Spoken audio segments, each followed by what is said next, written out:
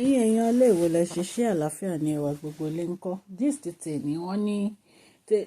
olórí Tèmítọ́pẹ́ blast Mariam o lórí ọ̀rọ̀ àwọn ọmọ ẹ̀ o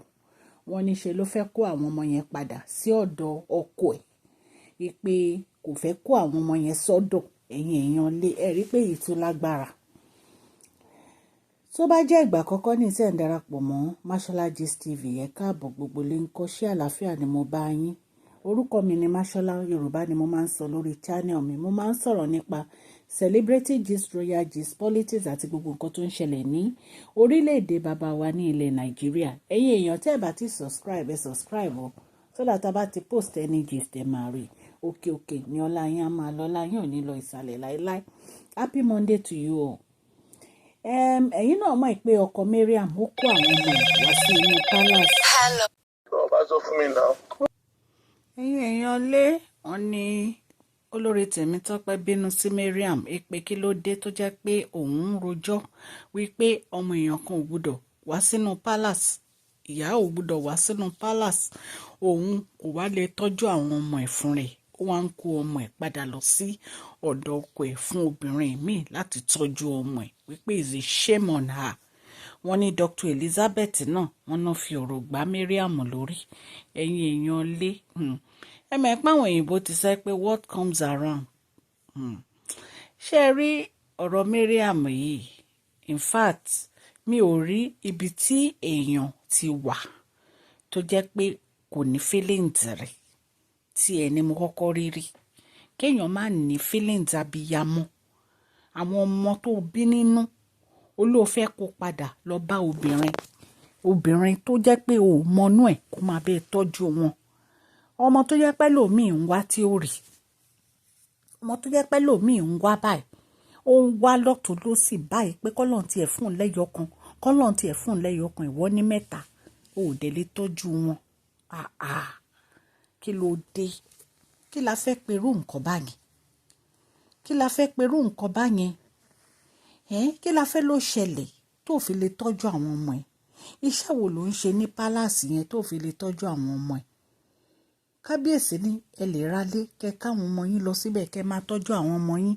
ẹ wo lórí Tèmítọ́pẹ́ ilé ẹ̀ làwọn ọmọ ẹ̀ wà nísì wọ́n jọ ń gbé ni ìwọ́n tí ẹ àfi kó máa ṣe ẹsẹ̀ ṣóṣòṣó kiri I just don't understand àfi kọ́ lọ́n ṣàánú wa o.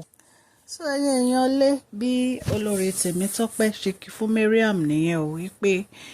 èèyàn tí ò dá ni Mariam wípé òun ó fẹ́ kí kábíyèsí kó má gbé ọmọ ẹ̀ wá sínú palace ṣùgbọ́n ó fẹ́ kí àwọn ọmọ tiẹ̀ kan jókòó sínú palace wípé ta ló ń ṣe báyìí wípé all the time làwọn ti ń sọ fún Mariam wípé nǹkan tí Mariam ń ṣe ò dáa wípé bò Mariam ò fẹ́ listen ní pé tara ẹ̀ nìkan ló mọ̀ wípé selfishness yẹn ó ti bàjẹ́ wípé she always cared about herself wọ́n ní bí Dr. Elizabeth náà ṣe ń bọ̀ báyìí tán pàdé ẹ̀ báyìí mo láwọn náà fún ní wòtòwòtò wípé selfish woman wípé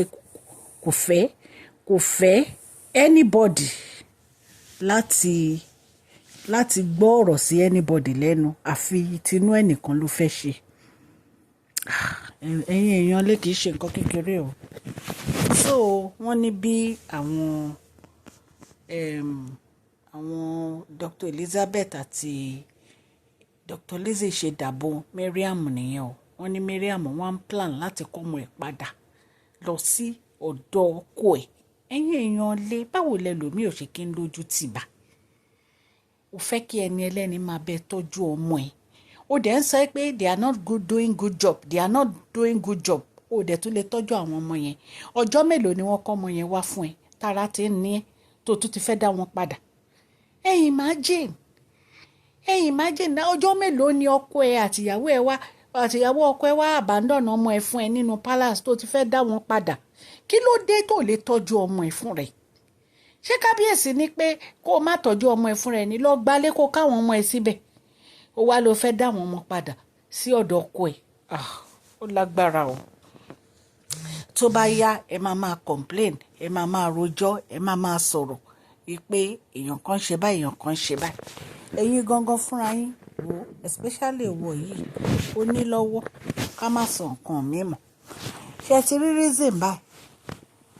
tí kábíyèsí fi sọ pé selfish ṣẹ́yìn èèyàn ti rí reason báyìí wípé àwọn Mariam àtolórí Ronke selfish o kì í ṣe kékeré ní ọ̀rọ̀ wọn ó ló fẹ́ dá ọmọ padà sọ́dọ̀ ọkọ ẹ̀ ní Kánò ó lè tọ́jú ọmọ tó bí nínú it's a shame ṣe rí àwọn obìnrin mi kò yẹ kán máa pè wọ́n ní abiyamọ rárá honestly because wọn láìkí kán máa tọ́jú ọmọ wọn nǹkan tó mọ̀ tó ń láìkí jù ní kán máa lọ Paris kán máa wá góòdù sọ́rùn téèyàn bá tiẹ̀ ní góòdù lè wá sọ́rùn ní o tiẹ̀ ṣe big deal bọ̀ báwo ló ṣe ní tọ́jú ọmọ ẹ kó tiẹ̀ wá lọ gba maid tó máa bẹ tọ́jú àwọn ọmọ yẹn kó kàn ṣáà máa fún wọn ní nǹkan tó need ṣé kò dàbẹ̀ o tún lè lọ kó gba maid fáwọn ọmọ ẹ kán máa bẹ tọ́jú àwọn ọmọ wa ló fẹ́ lọ kó wọn ti ẹni tí ò ń ṣe òun ló bí ọmọ ẹ o fẹ́ lọ kó wọn tì kó máa bẹ tọ́jú ọmọ ẹ I just don't understand. Anyway wo ọlọ́run ó máa wà pẹ̀lú gbogbo wa ẹ jẹ́ ká gbàgbé ọ̀rọ̀ Mariam because ṣé má ti ń sọ̀rọ̀ ẹ̀ báyìí honestly inú mi kì í fẹ́ sọ̀rọ̀ ẹ̀ mo prefer kí n máa sọ̀rọ̀ pin náà mi jọ̀rọ̀ ẹ̀ lọ kí n sọ̀rọ̀ Dr. Elizabeth kí n sọ̀rọ̀ olórí Tèmítọ́pẹ́ ṣe rí olórí Ronke àti Mariam yẹn ó máa ń ní mi lára láti sọ̀rọ̀ wọn because ọ̀rọ̀ wọn kò ń bá nǹkan kan jáde tó ti yé yín bí ìgbà téèyàn máa ń ní ẹ́díkẹ̀nẹ̀ téèyàn bá ń sọ̀rọ̀ wọn torí ẹ ti mọ̀ pé nǹkan burúkú náà máa ṣe nínú palace ẹ ti mọ̀ pé nǹkan burúkú náà máa ṣe nínú palace ọlọ́run elédùnmarè á wà pẹ̀lú gbogbo etí tó ń gbọ́ mi o wọ́n ní bó ṣe lóun fẹ́ káwọn ọmọ padà lọ sí ọ̀dọ̀ ọkọ ẹ̀ nìyẹn o kò lè tọ́jú àwọn ọmọ ẹ̀ o wọ́n ní Dr. Elizabeth àti olórí Tèmítọ́pẹ́ wọ́n fún ní wòtòwòtò bí gist ṣe lọ nìyẹn gbogbo etí tó ń gbọ́ mi òkè ni ọlá yín á máa lọ ọlá yín ò ní lọ ìsàlẹ̀ láéláé ẹ jọ ẹ tẹ thumbs up fún fídíò yìí àtàwọn fídíò mi tẹ́ bá wò ọlọ́run elédùmarè aláàánú á wà pẹ̀lú ọwọ́ tẹ́ fi tẹ thumbs up yẹn o ire ìdùnnú lọ́wọ́ yẹn máa bá jáde ní agbára ọlọ́run ẹ̀yin tẹ̀dẹ̀ ti subscribe àtẹ̀yin tẹ̀ ti subscribe mo dúpẹ́ lọ́wọ́ yín òkè ni ọlá yín á máa lọ ọlá yín ò ní lọ ìsàlẹ̀ please share this video like and subscribe God bless you all.